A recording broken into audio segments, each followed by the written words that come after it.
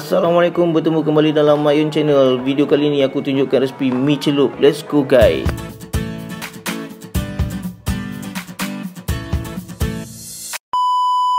Bahan untuk menumis: nak ulas bawang putih halia sebesar 2 inci, setengah bawang besar, tumbuk sehingga lumat macam tu dan asingkan sekejap.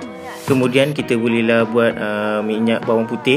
Sebelum itu kisarkan bawang putih sehingga jadi halus macam dalam video tu, atau korang boleh cincang sehingga halus. Kemudian masukkan minyak setengah cawan dan korang boleh goreng seketika. Dekat sini saya menggunakan bawang putih sebanyak 20 ulas saja. Kemudian korang boleh kacau-kacau. Api hanya menggunakan api yang paling slow, takut dia hangit. So korang boleh kacau dia sehingga dia naik ke perang-perangan. Pastikan dia tidak hangit.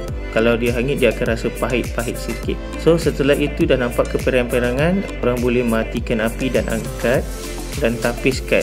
Okey, kat sini aku dah asingkan minyak dengan bawang putih tadi. So seterusnya kita dah boleh mula buat sup pula. Masukkan sedikit minyak untuk kita menumis bahan-bahan, iaitu bunga lawang, kayu manis, bunga cengkeh, buah pala.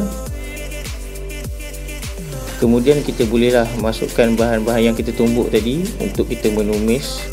Bahan yang ini yang saya tunjukkan pada awal video tadi.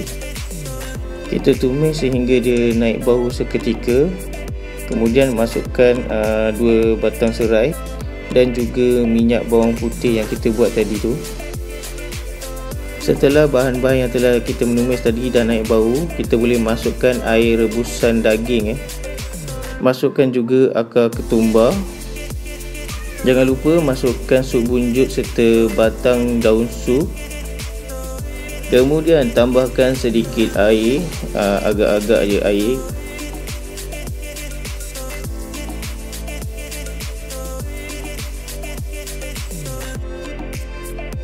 Okey, kemudian korang boleh masukkan 1 sudu kecil serbuk ketumbar, 1 sudu kecil serbuk jintan putih dan juga 1 sudu kecil serbuk jintan manis. Kacau sehingga sebati. Jangan lupa, ini penting, masukkan 2 ke 3 sudu sos ikan.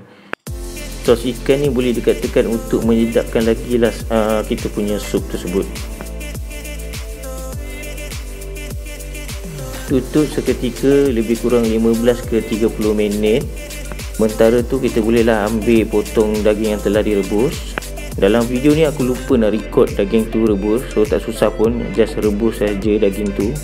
Kita berbalik semula kepada sup kita. Masukkan 1 sudu kicap pekat untuk menghitamkan lagi kita punya sup. Dan masukkan juga lebihan potongan daging tadi. Okey, keseluruhan daging yang aku gunakan untuk rebus tadi adalah 600 gram sahaja. Okey, sekarang kita boleh masukkan sedikit garam dan juga sedikit gula untuk penambah rasa. Kat sini aku menggunakan gula perang dan juga serbuk lada putih. Aduh, seksanya nak kena ketuk-ketuk dulu betul ni. Okey, sementara itu kita boleh sediakanlah bahan-bahan untuk sambal lada kita. Aku menggunakan 3 cabai hidup dan juga 4 biji cili api. Cili-cili ni semua kita akan kisar, jangan terlampau halus, kisar kasar saja.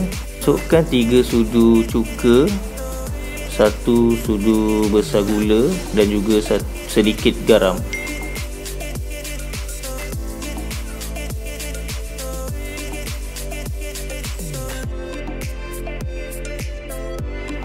Ni dia rupa dia setelah dikisar.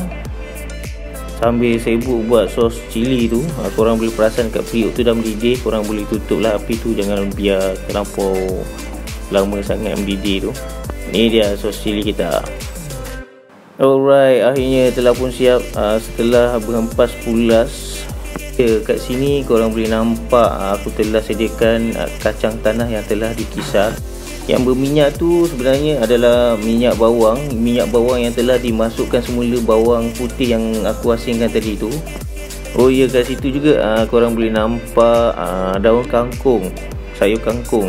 So bolehlah letak sayur kangkung dan juga masukkan juga tauge. Korang boleh masukkan juga tauge. Alright, itu saja dari aku. Terima kasih kerana menonton. Kita jumpa di next video insya-Allah. Assalamualaikum.